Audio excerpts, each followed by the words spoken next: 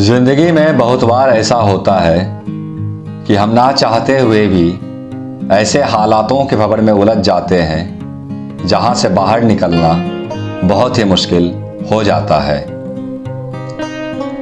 हम इस सोच में पड़ जाते हैं कि ऐसा क्या किया जाए जो इन मुश्किल हालातों से छुटकारा मिल जाए, लेकिन हम ये भूल जाते हैं कि कहीं ना कहीं इन हालातों के लिए जिम्मेदार भी तो हम ही हैं। आखिर ऐसी कौन सी गलती हमसे हुई है जिसके कारण हमें इन हालातों से गुजरना पड़ रहा है। खैर, अधिकांश लोगों के पास इसका जवाब ही नहीं होता है, क्योंकि वो इस बात को एक्सेप्ट ही नहीं कर पाते हैं कि गलती मुझसे ही हुई है। लोगों को हमेशा से खुद की गलतियों के लिए किसी दूसरे को इसके लिए जिम्मेदार ठहराना पसंद है।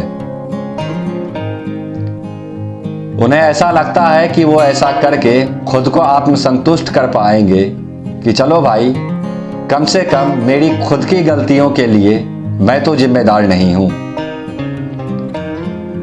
लेकिन मनुष्य अपनी जिंदगी की सबसे बड़ी गलती यहीं पर कर जाता है।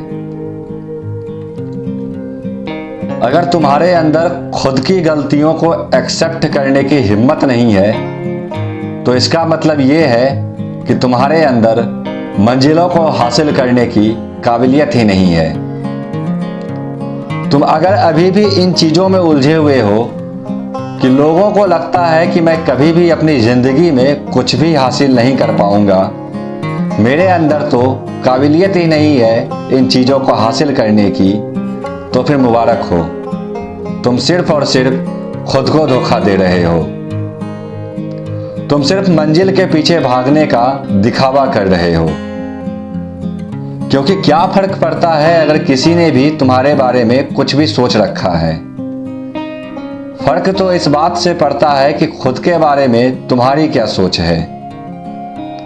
और एक बात हमेशा याद रखना कि अगर सच्चे दिल से कुछ भी करने की चाहत हो, तो ये संभव ही नहीं कि दुनिया की कोई भी ताकत तुम्हें तुम्हारे कर्तव्य पथ से डिगा दे।